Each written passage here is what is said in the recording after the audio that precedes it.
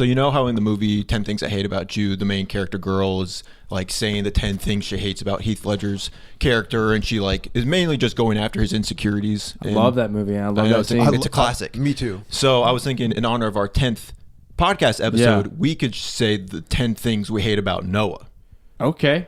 Yeah. I already got 5. Are you serious? Because I got 5. I actually have way more than 5, but Guys probably really struggled to come up with these. Didn't take any time whatsoever. yeah. So here You go. Quick, rapid fire. 10 things I hate about Noah. 1, I hate the way you talk through your burps.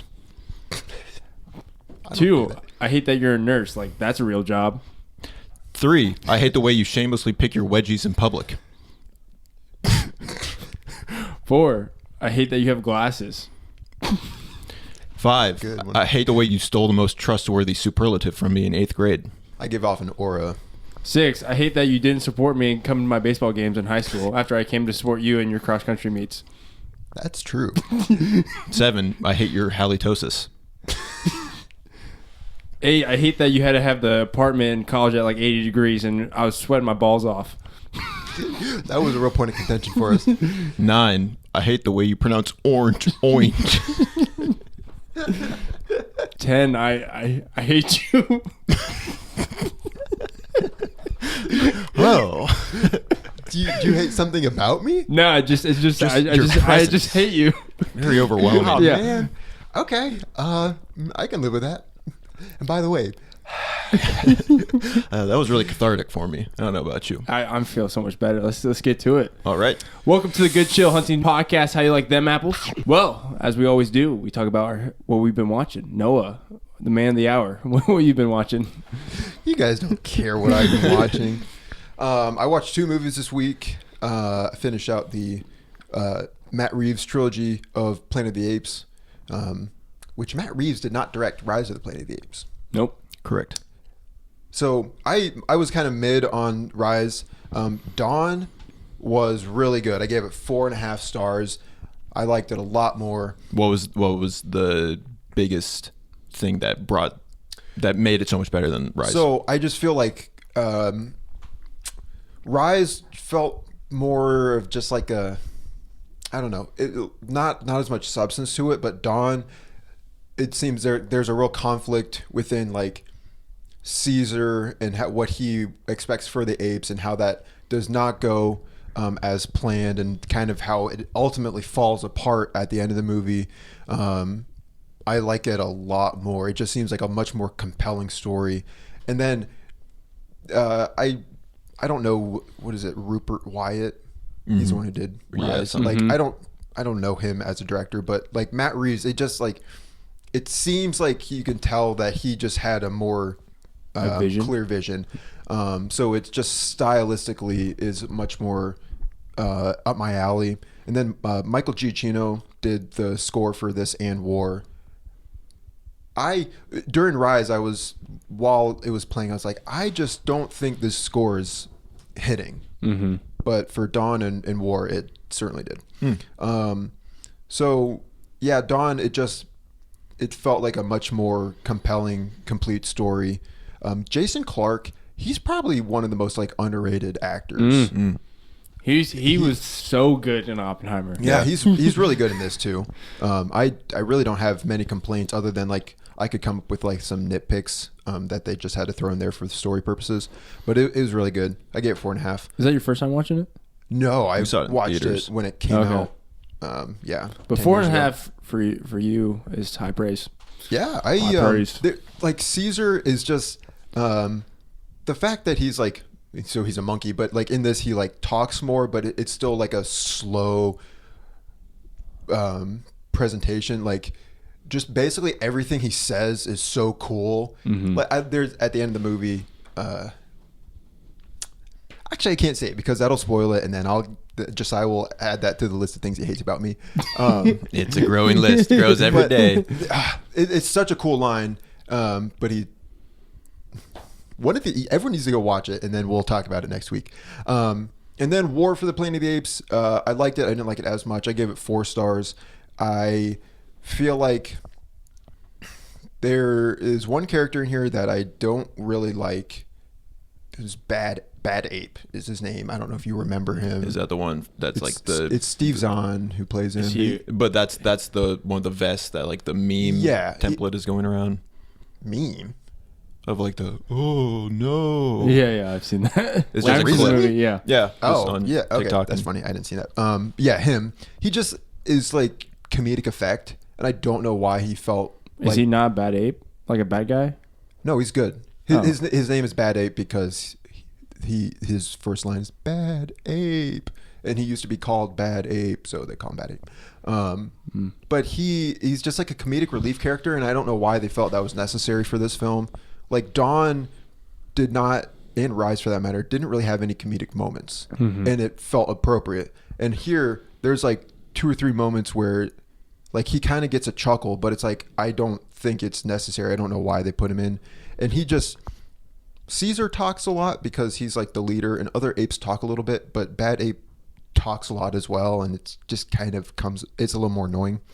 And then there's story wise, there's some events that happen that it's like how did this happen prior to them arriving at this location? You kind of have to just roll with it. But is Woody Harrelson good? Yeah, he's good. I like him. Yeah. In this, Caesar is again awesome. Maurice the orangutan, I love him in this movie. He's in all 3, but he is just like a really cool character as well. He's like Caesar's closest friend and stuff. If you were a monkey, what monkey would you be? Probably Caesar, because I'm like the leader of this group. Not like a specific character, just like a monkey. What kind of monkey would I be? Yeah, would you be an I orangutan? think he's bad ape. Chimpanzee? I'd probably be a A silverback. bonobo? A baboon? A marmot? That's the thing about Koba from the second one, is that he's a bonobo who I read somewhere that bonobos are like generally very like docile and non-violent creatures, but Koba is like baboon rises against. I'd be a mandrill. Noah's a bad boon. What? Because you're bad. No, I'd be a mandrill. Mandrill? Those are primates, aren't they? Sure. Yeah. All right, moving on. I myself watched 2 movies this week as well. The first movie I watched was Terrence Malick's 2011 masterpiece, The Tree of Life. I don't know if that was on your radar at all. I've heard of it. I've heard it in the film talk sphere. I've just heard that it's like so amazing. I think when I went on a college visit back in high school, because I was like, I wanted to study film, which was kind of a dumb thing to want to do. But I visited a school and they played like a clip of Tree of Life, and it was just a very like artsy thing. Yeah, it's not so ivory tower that it's like unwatchable for common apes like us 3, but I wanted to love it so much. Like I just really thought Brad Pitt, Sean Penn, this sort of visionary epic, I was really thinking I was going to love it, and it was. I think a lot of it was lost on me. I mean, isn't that Terrence Malick's like forte? MO? Yeah, I mean, I think, I don't know, I've not seen any of his other movies, but I think kind of he's very experimental and artistic and stuff.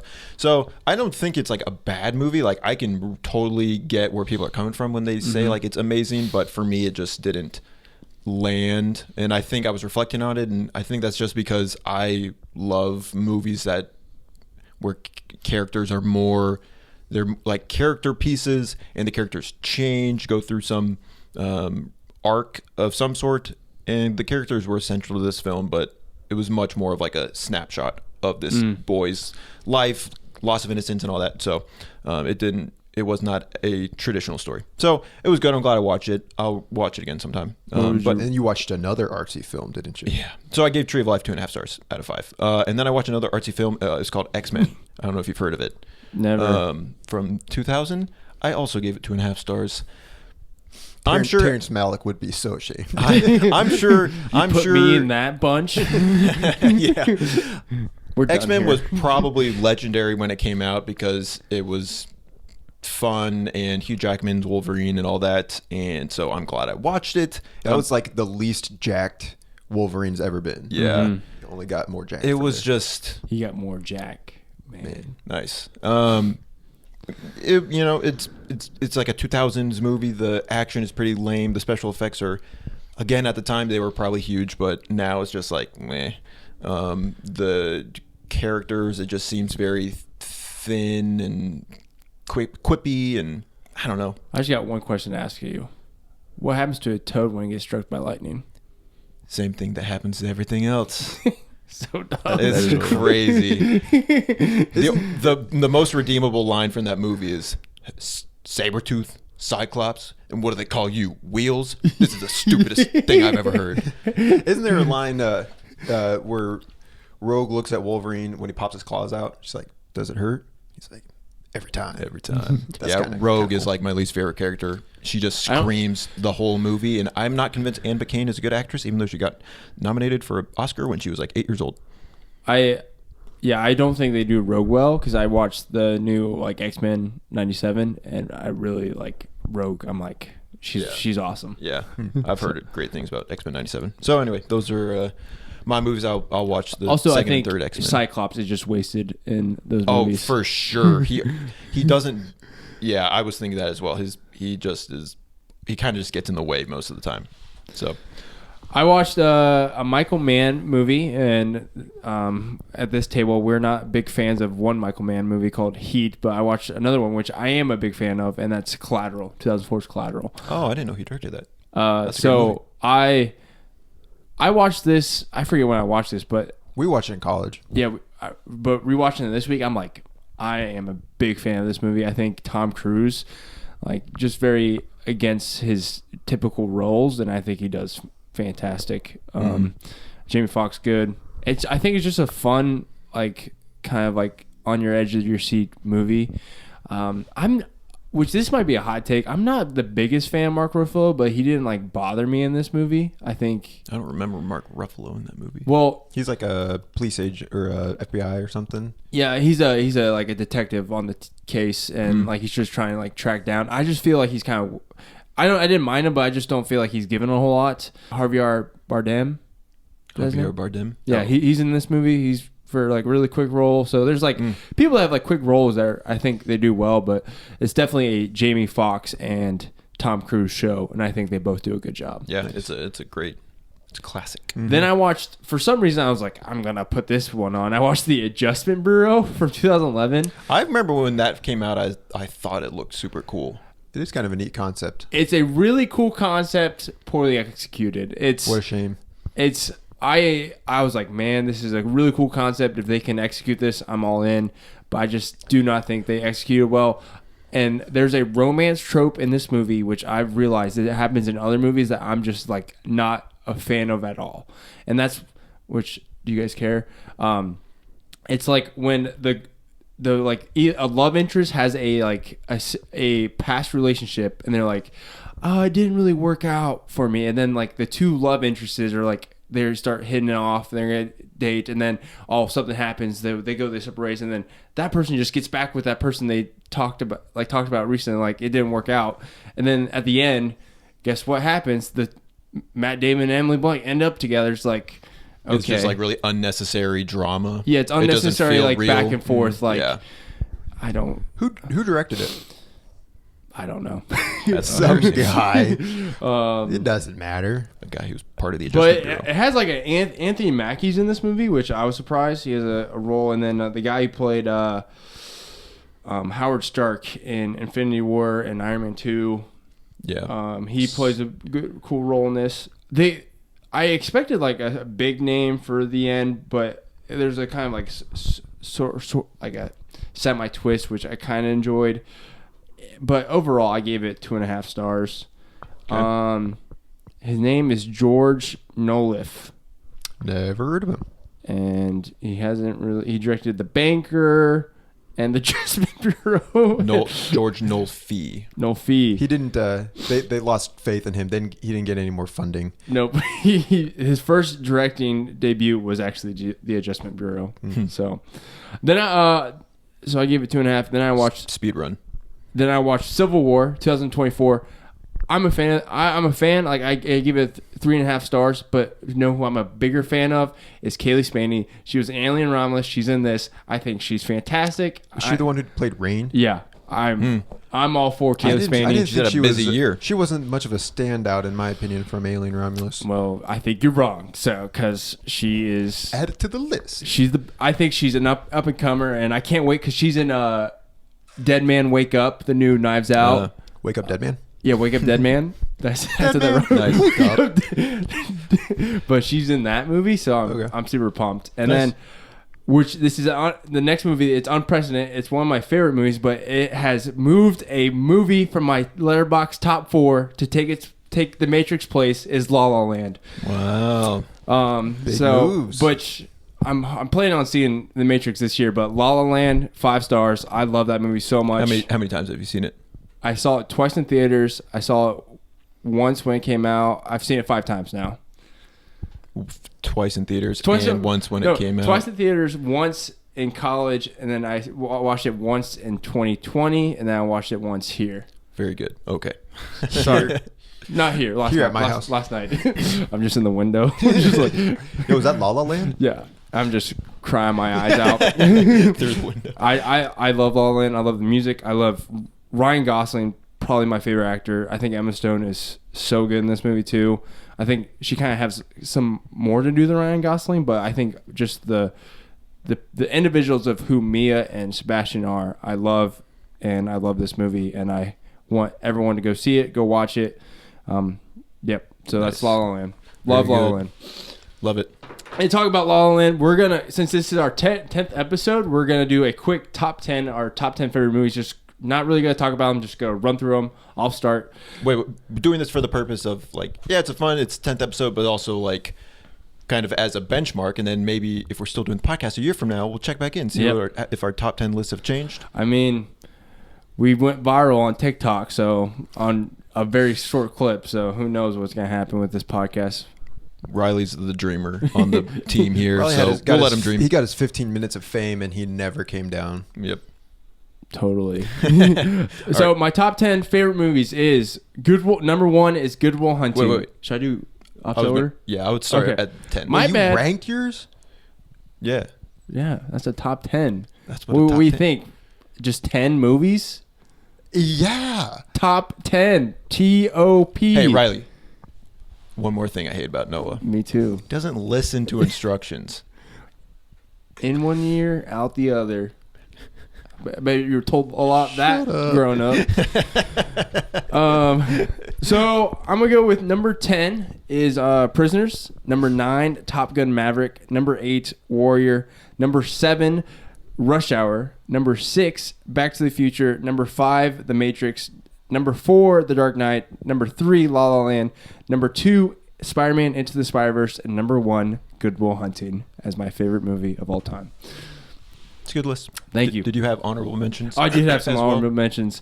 Hot Rod, The Karate Kid, Inglourious Bastards, Mad Max Fury Road, Prisoners. Wait, did I say Prisoners? Yeah. That's number 10. And Spider-Man 2, I've really enjoyed a lot recently. About Time, Avengers Infinity War, and When Harry Met Sally. Nice. I could go on, too. I'm sure you could. For me, I will start with my honorable mentions. These are just movies that feel weird putting them in my top 10, but they are good. Napoleon Dynamite, Nacho Libre, the SpongeBob SquarePants movie, Narnia, Chronicles of Narnia, and Ice Age. I don't know the last time you watched Ice Age. It's a great movie. Ray Romano. But that was Seth Rogen. But my top 10 movies as of September 8th, 2024. Number 10, Saving Private Ryan. Number 9, Star Wars Episode 4, A New Hope, just called Star Wars. Number 8, John Wick. Number 7, Spider-Man Into the Spider-Verse. Number 6, School of Rock. Number 5, The Princess Bride. Number 4, National Treasure. Number 3, Pirates of the Caribbean, Curse of the Black Pearl. Number 2, Interstellar. And number 1, The Secret Life of Walter Mitty. Yeah. Star Wars is a good pick. I totally forgot about Star Wars. Yeah, you're not a real fan. All right, so my honorable mentions include Wallace and Gromit, Curse of the Were-Rabbit, The Social Network, WALL-E, Interstellar, Hot Rod, The Batman, Prisoners, and Hunt for the Wilder People. In we're just gonna kind of figure out these ranking live. We'll do it live. Did you seriously just figure out the ranking of those on a live? Okay. Number 10, Eternal Sunshine of the Spotless Mind. Number 9, Star Wars Episode 3, Revenge of the Sith. Number 8, Django Unchained. Number 7, Inside Out. Number 6, School of Rock. Number 5, Spider-Man Into the Spider-Verse. Number 4, Lilo and Stitch. Number 3, The Chronicles of Narnia. Number 2, Sherlock Holmes. Number 1, Pirates of the Caribbean, The Curse of the Black Pearl. Hit us with the Pirates of the Caribbean quote. Yo ho. Nice. Savvy. That's a great list by everyone. Yep. Here. Fun. And some of us were not aware that it was a ranking. That's obvious. So a little bit of grace would go a long way. You want forgiveness? Get religion. What's that from? Spider-Man 3. Nice. Get religion. Nice. So our next segment, a little fun segment that I'm sure some of you know this segment in honor, I guess, of one movie getting knocked out. It's called Red Pill. It's called. Sorry, this next segment is called Red Pill, Blue Pill. Okay. So you're gonna choose either red pill or blue pill. This or that. This sort or of. that. Yeah. All right. Okay. So red pill: Pirates of the Caribbean, The Curse of the Black Pearl, Avengers: Infinity War, Spider-Man Across the Spider-Verse, and The Batman. Blue pill is National Treasure, Avengers: Endgame, Spider-Man Into the Spider-Verse, and The Dark Knight. Red pill. Red pill. Next question. Okay, next question. No. Yeah. Sorry, I was That one was pretty kidding, but like, I thought I tried to make it as even as I possibly could, but then you just say Pirates of the Caribbean and The Curse of the Black Pearl was like both in your top 10. So well, it's like Into the Spider-Verse is better than Across, but like Across you're getting the overlap between the two is so Yeah. much as like you're essentially and you get The Batman, which I like more than Dark Knight. So these are characters, red pill, blue pill. Ready? Red pill is Tobias from Arrested Development. Tobias Funke. Alphonse Elric from Full Metal Alchemist. Mm-hmm. Aang from the last Avatar: The Last Airbender. And Walter Mitty from Surreal Life of Walter Mitty. Okay. For blue pill, you got Cosmo Kramer from Seinfeld. Tenya Ida from My Hero Academia. Jon Snow from Game of Thrones. And Peter Parker, Spider-Man. I'm going red pill again. I mean, Kramer does not hit for me. Peter Parker. Kramer's Ida, not even my favorite Seinfeld character. And who's the other one? In Blue Jon Pill? Snow. Yeah, unfortunately, that was like- more directed at Noah. Yeah. I was trying to pick a Seinfeld character. I wasn't sure, so I just took a wild guess. I would go with Newman. Yeah. Hello, Shoot. Newman. Wait, Hello, if Newman Jim. was in that, would you No, take I'd still go red pill. Okay. I think I like Alphonse and sorry, who else? Tobias, Aang, and Walter Mitty? Aang. Yeah. I mean, they are close. I would. if you had like Aang in one and Sokka in the other, because Okay. Sokka's top 10 character. I mean, Ida is the charismatic part of the blue pill, but I'm going red pill. Okay. Yep. Red pill, blue pill video games. You got Fallout and red pill, The Binding of Isaac, Catan, and Undertale. Ooh. For blue pill, you got Skyrim, Prime Warzone, Oh God. Euchre, and Spyro. Ooh. You're speaking. Let's go through those one more time. So red pill is Fallout, The Binding of Isaac, Catan, and Undertale. Blue pill, you got Skyrim, Prime Warzone, Euchre, and Spyro. I think I got to go blue pill. I think it's blue pill for sure. A little more variety. I cannot deny Spyro. Yeah, Spyro. I like that. Yeah, Prime Warzone is its own beast, but Quarantine, April 2020, Warzone Was the best. unmatched. That was core memory. So And now- Euchre too. Yeah. Red pill, blue pill, movie genres. You got action, adventure, horror, and drama. For blue pill, sci-fi, fantasy, thriller, and comedy. Comedy is it's calling me. I think comedy Comedies movies are are- like the most common denominator. It's just like They're comedies just are You love to safe, laugh. They're safer. they're safe. They're They're easier to usually watch. shorter. If you're not looking to invest a lot of time into a movie, comedies. action, like Pirates of the Caribbean action adventure. Yep. Just like Secret Life of Walter Mitty. That's an adventure movie. That's not an action movie, but it's an adventure movie. Sci-fi fantasy, though, is most of your... I mean, superhero movies, I don't know, those kind of... You could be either adventure or What was the sci-fi. second one in Red Pill? Romance? Horror. And then I would rather watch a thriller than a horror. I think I'd go Blue Pill. Action, adventure, horror, and what was the last one? Drama. I just feel like you get such a wide variety with Red Pill. Mm-hmm. I would be missing out on the Blue Pill genres, but I think I'd probably go Red Pill. Red Pill. Okay, this is movie theater snacks. Red Pill, Blue Pill. Red Pill, popcorn, nachos, a good old icy, and What flavor? Blue? blue. Yeah. Okay. And then candy, but it's chocolate candy. So anything chocolate. Okay. So Blue Pill is pretzels, candy, but it's gummy. So Do it'd the be pretzels come with cheese? yes. Of course. And then you got candy, which is like sour gummies, Mm-hmm. Mike and Ike's. Oh. Then you got pop, a good old soda, and then a hot dog. Blue Pill. Are you kidding me? Blue Pill. I mean, the weakest link there is the pretzel, but like you get it Soft with pretzel cheese. with nacho cheese. That's so good. And for all of that, you're probably paying like $35. I mean, Red Pill is good, but popcorn and nachos I are. would rather have they're little a too similar. fountain Sprite over a blue icy. Yeah. Oh, Dr. Pepper. Yeah. Riley would have a zero sugar Dr. Pepper. He knows me. Now this is fast food. Fast food. Okay. Red Pill, Blue Pill. McDonald's, Taco Bell, Cane's, and Sheetz. For Okay. Blue Pill, you got Wendy's, Culver's, Chick-fil-A, and Chipotle. Oh boy. I think I'm going Red Pill. Go say that one more time. McDonald's, Taco Bell, Cane's, and Sheetz is in Red Pill. Mm-hmm. Blue Pill's Wendy's, Culver's, Chick-fil-A, and Chipotle. Red Pill for me. Man, I like Cane's more than Chick-fil-A. I like Wendy's more than McDonald's.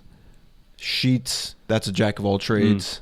And Taco Bell is there's no well, I guess Chipotle would kind of be the opposite, but Taco John. Del Taco. Anyway, Red Pill. Yeah. For sure.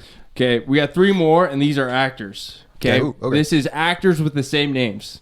Nice. So Okay. Red Pill, you got Ryan Gosling, Chris Pratt, Tom Holland, Robert Pattinson, and Samuel Jackson. Okay.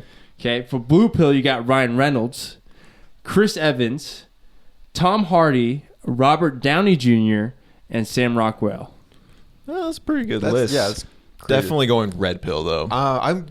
Can you run through them real quick? Ryan Gosling, Chris Pratt, Tom Holland, Robert Pattinson, Sam Jackson, and Red Pill. I'm going Red Pill. Okay. Yeah. I think Robert Downey Jr. is hard to go without. I'd go without Tom Hardy. Chris I think Evans. Ryan Gosling is. I take Ryan Gosling over Ryan He's a Reynolds. big pick. I don't care for 100%. Tom Holland. Sam Rockwell, he's a killer, but he. Did you see him in Argyle? And Chris Pratt. Love for Chris Pratt. Sam Jackson was in Argyle. I get that movie either way. So these are actresses now. Okay. Rachel McAdams, Emma Stone, Viola Davis, Lupita Nyong'o. Nyong'o? Red Pill. Blue Pill, Margot Robbie, Anya Taylor-Joy, Angela Bassett, and Ana de Armas. One more time. Rachel McAdams, Emma Stone, Viola Davis, Lupita Nyong'o. Red Pill. Blue Pill, Margot Robbie, Anya Taylor-Joy, Angela Bassett, Ana de Armas. Blue Pill. I think I'm going Red Pill. Nice. Yeah. Okay, last one. Choose wisely. Okay. So Red Pill, you got Hugh Jackman, Tom Cruise, Robert De Niro, Mark Ruffalo. For Blue Pill, you got Samuel L. Jackson, Pedro Pascal, Simu Liu, and Mahershala Ali. Choose wisely, guys. The history will look upon you. Okay, What? run through those one more time. I'm trying to keep up with you. Hugh Jackman, Tom Cruise, Robert De Niro, Mark Ruffalo, Samuel L. Jackson, Pedro Pascal, Simu Liu, and Mahershala Ali. Okay, are you literally just listing a group of white actors and a group of Choose multicultural wisely. actors? People are watching. I was literally going to go Blue Pill anyway, But now I feel like I'm put on the spot. No, that was a joke. That's really funny. Like, what kind of game are you playing right now? You laughed through that. I should have kept it serious. I should have kept a serious, straight face. Nice. Very good. Choose wisely. Yeah. Nice. That's good. Fun stuff. All right. Moving on to the next segment.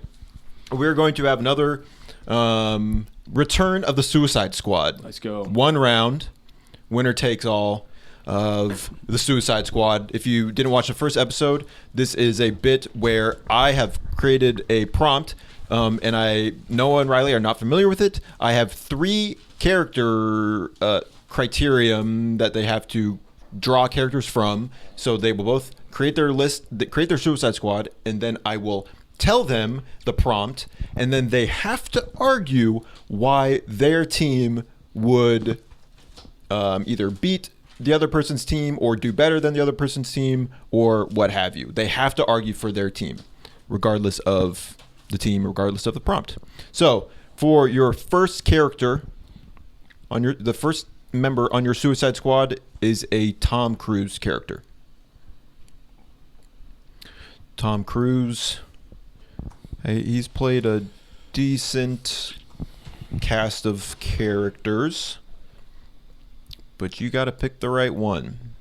Sounds like Noah has his character. Riley, I can guess what his is. You can guess what. I don't want. Okay, well, the last thing I want to be is predictable. So let's. But what if Riley said that in order to make you switch to the character that he's actually thinking of? Like Nick Avocado, I'm 2 steps ahead. Nice. I don't really get that reference. He just lost a lot of weight, and the first thing he said, I'm 2 steps ahead. Yeah. Okay. Anyway. Okay, I'm just gonna stick with mine. Okay. Character number 2 is a female superhero. Broadly speaking, female superhero. Like in movies or just in the medium at large? In general, I guess. But you have to pick a specific instance of your character. Like if the character appears in a movie and in a video game, you have to pick which one you're referring to. Do we count like anti-heroes? A female superhero. Anti-hero not included. All right. Do you have your female superhero? Yep. Yeah. Okay. Your last character is a character who doesn't speak. Character Who doesn't speak? Does not. So like Groot, speak. R2D2. Does that work? That count? Yeah. Groot counts? Sure. Character who cannot say words or does not say words from their mouth. I'm not going with the obvious choice. Give you a second to think about it, because that is maybe a little bit tougher of a thought. Yeah, feel free to Google, I guess, if you want. But do remember, time is of the essence. And time waits for no man, especially you two. Time only waits for one man, and that's me. Nope. It doesn't work out that my computer's freezing right now, so... Okay. Riley, do you have your character? I got my characters. Riley, let's just address the elephant in the room. Yeah. You have historically done so much better in this segment. I appreciate it. That's incorrect. And you're always so humble about it. I appreciate it. You're so articulate. Thank you. And you don't have halitosis. I know. Riley, what is halitosis? These are the things that make your hands purple. No, it's not. That's Raynaud's disease. Halitosis is clinical bad breath. You have clinical bad breath? Some would say, I guess. I never noticed. Wow. Maybe I don't. I just said that as a bit. He doesn't have halitosis. My computer's You have literally halitosis. freezing. I can't think of any, so we're... Okay. You just trashed my whole universe. Okay, right, I went with the obvious pick, okay? I know Noah's pick. Noah knows that I know his pick. I was trying to think outside the box, but literally Google Chrome is Wallace and Gromit. frozen. All right, so for your Suicide Squads, you have selected a Tom Cruise character, a female superhero. Let me guess. Ethan Hunt, Scarlet Witch, Wallace and Gromit?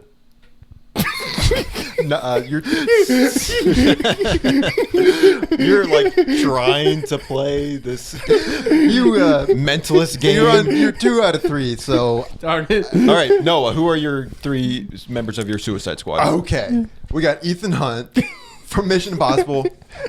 Let me get Scarlet Witch. For my female superhero, I chose Spider-Gwen, aka Ghost Spider, and I chose Gromit from Wallace and Gromit. Yeah, saw that one coming. Riley, who is your Suicide Squad? I picked Cage from Edge of Tomorrow. Tom Cruise's character Cage from Edge of Tomorrow. Then That's I a pretty picked, dumb choice. No, it's pretty good. And then I picked from X-Men First Class Mystique because she's a hero in that movie, superhero.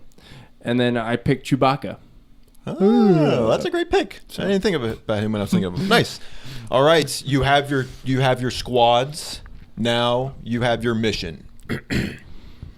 A fleet of Scrouchadorian cruisers has warp jumped to our solar system. Their death cannons are primed and aimed at Earth, ready to vaporize our modern way of living because Riley slandered the Scrouch name a few episodes ago. Before they fire their death cannons, they send a vessel to Earth to give Earthlings one opportunity to apologize and beg for their lives. Your team is sent as Earth's representatives to broker a peace deal between Earth and the Scrouchadorian fleet. Argue why your team is more likely to save the world. And how this works, we're going to do opening statements. Sounds like Riley's ready to go. So opening statements, that's where you just argue for your team. Mm-hmm. And then we'll do rebuttals. That's where you get to respond to Noah's team and vice versa. And then we'll do closing remarks. All right. Riley, you have the floor. In Edge of Tomorrow, Cage has the ability to, like in Groundhog's Day, to relive the day over and over again each time he dies. So the plan here is Cage will find a scenario where he does save the day from the Scrouches, right? Is that what you said? The Scrouchadorians. Scrouchadorians. Save the day from the Scrouchadorians, okay? We also have Mystique. Mystique can actually transform herself to look like the Scrouchadorians. They just look like humans. They do? Except they have... Do they have like antennas? They have horns. So, like, Mystique can make herself look like the Scrouchadorians. Mm-hmm. So she could also go in, she can go undercover, find out what they like and what they don't like, and get on their good side and relay that information to Cage. If that thing doesn't go work, we're just relive this whole day again, do a different plan. Okay. Chewbacca is there for transportation. He's there. He can fly a ship. He's there for support. He is a guy who's loyal. He's not going to leave you. So if you get stranded on the ship, something bad goes happen, you know who's going to be there to come get you, to save the day, to make you feel good about yourself? That's Chewbacca. Give us your best Chewbacca. Okay. All right. Those have been Riley's. That has been Riley's opening statement. All right, Noah, you have the floor. All right. So the Scrouchadorian landing party arrives. Who greets them but Gromit and Spider-Gwen? The Scrouchadorians probably aren't speaking English, but that's okay. They look like humans, but they don't speak English. Gromit doesn't speak English Did you say that in the prompt? They're from another galaxy. I'm illuminating the scenario as we go along. You're going to have to communicate as best possible, and I think Gromit is the man, or should I say the dog, for the job, because he doesn't need words to convey his thoughts or his intentions. Gromit he's a peacekeeper, so he is going to work with the Scrouchadorians to meet their demands. He's going to probably try to figure out why you made your bad comment that sent them here in the first place. That is on you got a target on your forehead. And Spider-Gwen, I think we can all agree, is very approachable as well. She's willing to work with people. She is not a violence-first sort of person. Which Gwen are we talking about? Hey. Into the Spider-Verse Gwen. Okay. And then, if that doesn't work, it should work. But if it doesn't, and the Scrouchadorians are like, we're going back up to the mothership, we're going to blast Earth, Ethan Hunt is going to hang on to the outside of their landing ship, take it all the way up, and Luther's going to be in his ear. He's going to be like, all right, Ethan, you're going to turn down this hallway to shut down their ship. He's getting in from the inside, and he's shutting it down Mission Impossible style. All right. We've got a couple of options. I think we have some compelling arguments on both sides. So now we turn to Riley for your rebuttal. So is Gromit a dog? Gromit is a dog. It's a dog. Okay. Well, also Gwen and at the start of Across the Spider-Verse, so her character arc from Across the Spider-Verse to the end of the Spider-Verse is her not feeling like she belongs into a band. So if that's the movie after Into the Spider-Verse, she doesn't feel like she belongs. She doesn't work well with others. She only finds out the arc until the end of the movie. So the Gwen you said does not like to work well with others. So that's tough. Tough luck with those apples. The Scrouchadorians, I've got inside information from Mystique that they don't like dogs. They're actually terrified. The dogs are actually going to bark. I don't remember hearing that from the Scrouchadorians. But how he heard that they don't speak. Gromit doesn't bark. He heard that they don't speak English. Yeah, but I'm the one who kind of canonized that after. I am not canonizing their opinion on dogs. Well, but I will say dogs are man's best friend. And then not Ethan Hunt will die if he's holding on to that thing going into space. No, he won't. Yeah, he will. He's a human. No, he won't. Shut up. He's gonna hold his breath. So, like I said before, Cage, he can just figure out what scenario, what plan to do, because he can just relive the day over and over again. Mystique is gonna infiltrate, figure out the ways of the Scrouchadorians like no one else. She can imitate people's voices too. I hear you, and I'm setting that you have 24 hours. But it's the day thing. You don't know. True. But she doesn't. Cage is the only one who's reliving the day. Everyone relives it, but Cage is the only one who keeps his memory. He relays the information, like he relays the information to Emily Blunt. He's going to relay the information to Mystique and Chewbacca to figure out the plan. Okay. And Mystique's be like, "Come find me when you wake up," and then they're gonna form a romance. Oh, a B plot. Yep. Interesting. Chewbacca's like, all right. Okay, so correct me if I'm wrong, but the Scrouchadorians don't really take kindly to people impersonating them. Well, that's for sure. Well, especially people like taking their native tongue and just like treating it like a joke. If Mystique tries to slip in, Mystique slips in, they're gonna be furious. how are they gonna know? Because she doesn't know the language. She can imitate the voice. They're gonna be like, "Why did you say potato instead of potato?" This is not Inglourious Basterds. Yes, it is. Cage does not have Emily Blunt with him. He starts out that movie as he can if he wants, because pencil Mystique pusher. could turn into Emily Blunt. She doesn't want to do that. He's a pencil pusher. He has no field experience. He is the lowest of the low. But he learns it through day after day. Just like he's going to learn this. He learns it through the people that he has access to. Is Mystique someone that's going to be willing to work with him? He's going to have to relive this. In First Class, she's a nice lady. Oh, she's not lovely. Yeah. I just like he's going to have to reestablish that relationship every single day. I don't know how well that's going to work for him. He's got 50 first dates. He's going to make a recording and like put it at her bed in the morning. Okay, and then no, he's not. And then I also, because I was doing my reading before on Scrouchadorian history, I'm pretty sure there's bad blood between them and the Wookiees. How?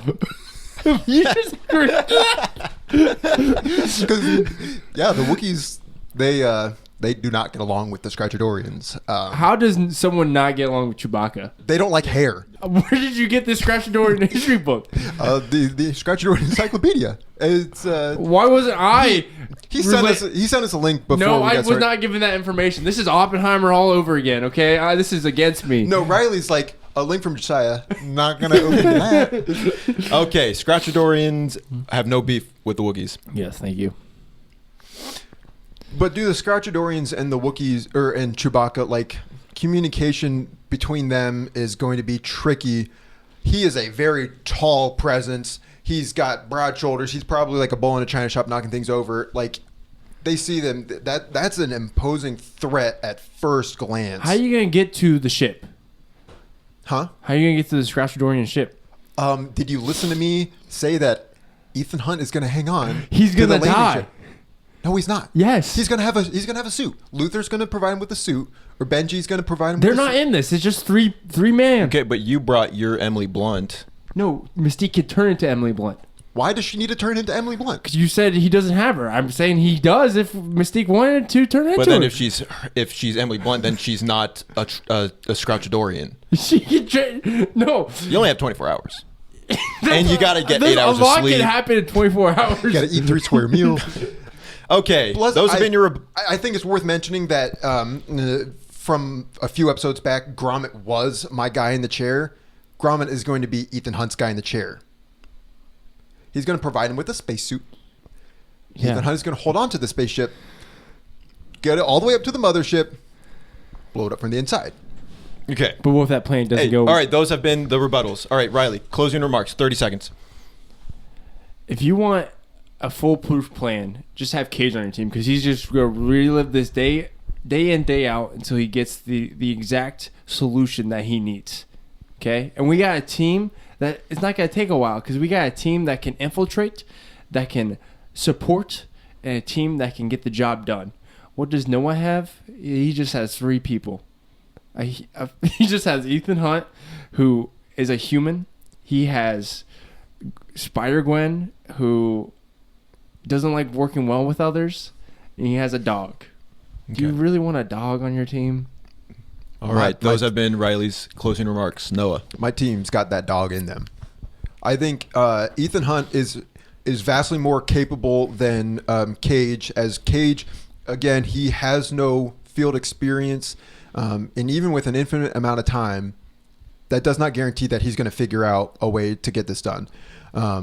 Spider-Gwen, I would challenge the idea that she doesn't work well with others. I think she learns from her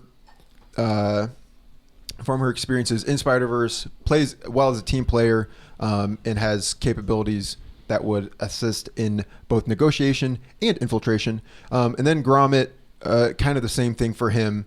He will meet the landing party. He will discuss the terms, work with them, advocate for Earth, and then if things go south, he will be the guy in the chair for Ethan Hunt, and he will get him that spacesuit. Case closed. You only have 24 hours, though. So. All right. Only need 24 hours. You've heard it, folks. You heard their arguments. Let us know who you think won this round of Suicide Squad. I want to point out, in determining a winner, I want to point out that the prompt was to broker a peace deal, not to take down the Scrouchadorians. I addressed that. Well, you're talking about Ethan Hunt boarding the ship and blowing it up from the inside. Yeah, when that doesn't go well. That's exactly what Riley's talking about. I said find the solution. Yeah, right. Find the solution. That's a very vague term. Did I not mention that initially that Gromit and Spider-Gwen were going to meet the landing party? I'd say you both did address that, but then the argument kind of turned into the brokerage has failed. Scrouchadorians are not a peaceful bunch. Well, they're not. That's why this was kind of a suicide mission from the start.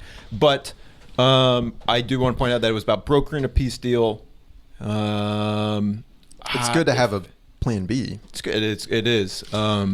But if just for the sake of argument, I think Riley with Cage, with 24 with an infinite time loop, it's pretty tough. It's pretty tough to dispute. So I think I have to give you the edge. It's what I do. I don't know if that's an automatic edge. I don't think it's automatic, but I think comparatively, I think you did a better job holding your own than in the last one. I still think Riley takes the edge this time. I don't agree with that. Okay. Well, and that's just me. So again, if you got strong feelings about it, let us know. Besides the point, Noah. All right. Hope your car doesn't have a dent in it next time you take it for a spin. Punches Riley's car. Okay, so I got another quick segment for us. It should not take too long before we start to wind this episode down. As we know, Jack Black has kind of he's popped up. He's been around for a while, but he's popped up a couple of times in several video game movies recently. He was Bowser in Super Mario Bros. He was Claptrap in Borderlands, and now he's going to be Steve in the Minecraft movie. I am Steve. So I just we'll call this segment Jack Black Attack. Ooh. Jack Black. I basically just picked 10 different video game franchises and cast Jack Black in these characters' roles, and I just basically want to hear you guys say, yes, that role works, or no, that role does not work for Jack Black. Okay.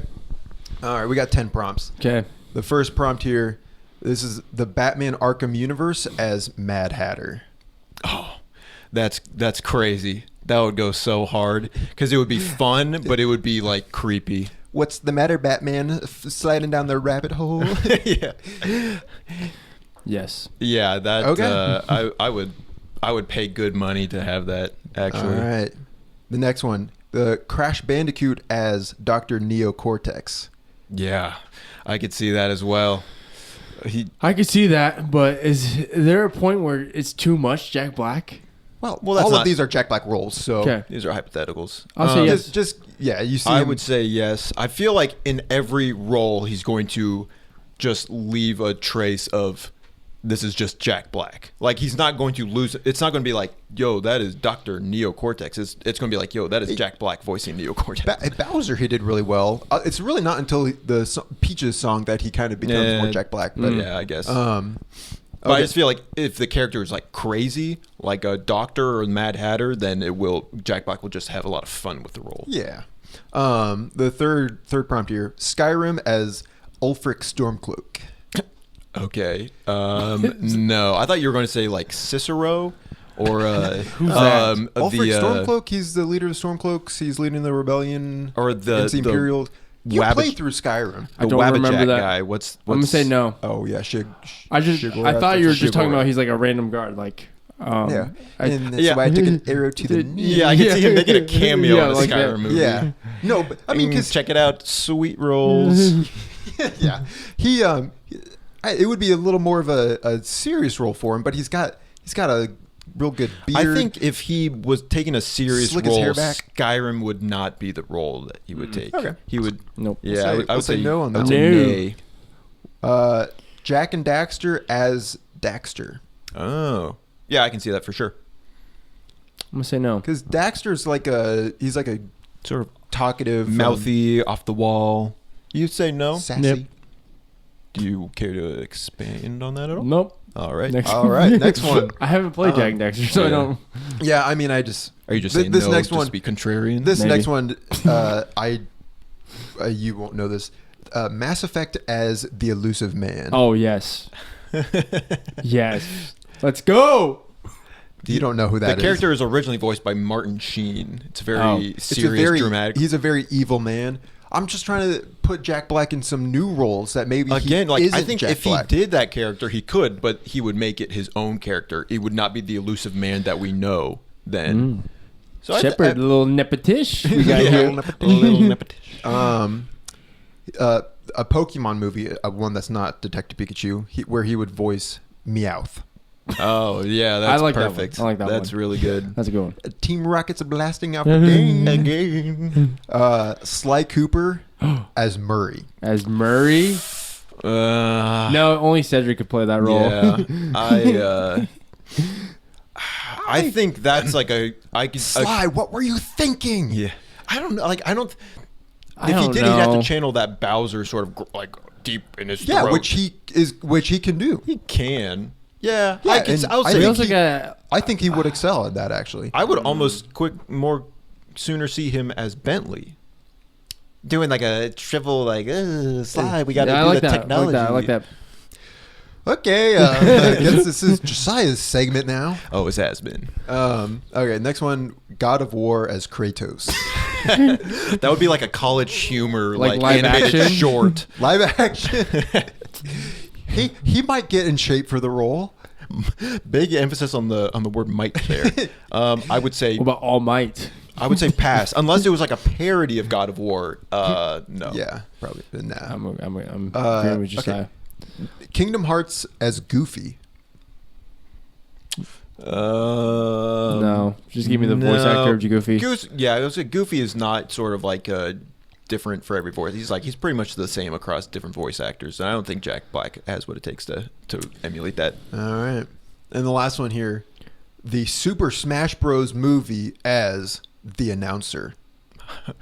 I thought you were going to say master. I am the master. Oh, that'd be a good But the one, announcer too. is as the announcer. Super Smash. It would be like He's the hand. Let's rock today. That's funny. I would say he would be sort of like I don't know how that would actually fit into a movie, but he would be like a Will Ferrell in the Lego Movie, sort of as it would be him and his son playing Super Smash Bros. But inside the world of Super Smash Bros, he would be the announcer. yeah, look, that's Hollywood, take notes. Yeah, I can see it. There we go. That's good. I like that. Good bit. Thank you. You two ready? Why'd you say thank you? So I'm grateful. All right, fair enough. Are you two ready? I'm Yep, ready. I'm ready. It's trivia hour. It's trivia time. The theme this week is Batman. I did not study. I And didn't either. Noah has 2 wins. Josiah has 1. I have 1. What are the stakes? If Noah wins, he gets to pick a movie for Josiah and I to watch. Is it going to If he be wins. the same movie for both of us or a different? Same move for both of you. Okay. All We'll right. say. You ready? Let's do it. Batman Yes. trivia. Question number 1. The quote. Actually, let's test our buzzers. Me. And if you beep in, I'll stop reading the question. Yes, As sir. always. Okay, Batman trivia. Question number 1. The quote. He has the power to wipe out the entire human race, and we believe there's even a 1% chance that he's our enemy. We have to take it as an absolute certainty. It's from Batman. Ben Affleck's first appearance as Batman. What was his last? Me. The Justice League Snyder Cut? Incorrect. Me. The Flash. That's correct. Okay, question number 2. Tim Burton is making his return to theaters this year with Beetlejuice. What year did he bring Batman to the screen and Me. Batman? 1989. That is correct. Let's go. Oh Good man. job. Question number 3. In Batman Begins, Bruce was given a task by Ra's al Ghul to be able to gain access to the League of Shadows. He has to bring this to the door. What is the item? Me. Is it like a flower? That's correct. Yeah, Oh, it's like the man. flower that Yep. creates the fear toxin. Yeah. Yeah. Okay. Man, I wouldn't got that. Go. Okay. Question number 4. Josiah leads 2-1. In The Batman, Bruce first meets Selena Kyle at this location, which is prominent in the iconic Me. game. Josiah. The Iceberg Lounge. That's correct. Oh, I It should is have buzzed prominent in the iconic game Arkham City. The That is the Iceberg Iceberg Lounge. Should have buzzed in half a second sooner. Darn it. I said meep, and the note said meep. Meep. Oh man. Josiah Hey, wins. we We got- still got 2 more questions Yeah, though. But yeah, Josiah let's go. wins. Man, Wow. that's awesome. Bummer, man. I Question knew that. number 5. The movie. Name the movie this quote is from. If you call me Batgirl, can I call you Batboy? Meep. Batman and Robin. Incorrect. Me, Batman Forever. The Lego Batman movie. Good one. Okay, bonus. How many theatrical appearances of Batman has there been? And I will do Price is Right rules. Closest gets the points. Closest without going over. Yep, without going over. How many Batman appearances? Yep. In movie in theaters. theatrical? Counting like the Lego one. I would say yes. Does that count the Lego one? Okay.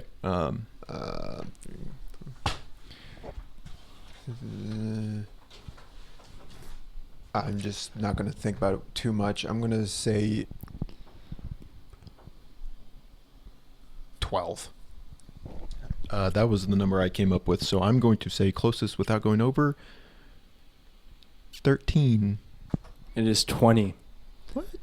Yep, we got Batman. Oh, I just didn't count the Lego movie after we just talked about it. Batman 66 with Adam West, Batman 89, Batman Returns, Batman Forever, Batman and Robin, Batman Begins, The Dark Knight Rises, Batman v Superman, Suicide Squad, Josh Whedon's Justice League, Zack Snyder's Justice League, The Flash, The Batman, And you got animated movies: Batman: The Mask of the Phantasm. That was in theaters. The Lego Batman, Batman: The Killing Joke was in theaters for a little bit. Batman: Return of the Caped Crusaders, that was in theaters. And then he made 2 appearances in Ready Player One and Space Jam: New Legacy. Interesting. Yeah, I didn't think about the animated. So I won. I got the bonus though. You won. Closest without going over. 4-1. Woo. Man, what an exciting round. Noah has not secured his dub yet. Of course, I was so ready. I get to create the trivia next time, so Noah gets a chance to. And you only have one. So whether or not I write questions that give Riley the edge, I'm an honest man, so What's I the wouldn't theme? do that. Yeah, what are we doing? But the theme for next week's trivia is movie firsts. What does that mean? This was the first movie that ... This First movie wasn't it like a trip to the moon? Okay, that was not the question I was asking. The first movie to be in 3D. Oh, wow. This is the first animated movie to premiere in theaters. Fill in the blank. Snow White. But you'll have to tune in for the next episode for that. Cool. Awesome. All right. Very good. Good job, guys. Thank you. Good job to yourself. Thank you. And good job to whoever's stuck around to this part. Trip to the moon. Thank you so much for watching. Thanks for 1902. Please subscribe, comment, like, thanks for share. Joining us. We are 10 episodes in. I don't know if we anticipated it getting this far when we started this a few months ago, so it's very exciting.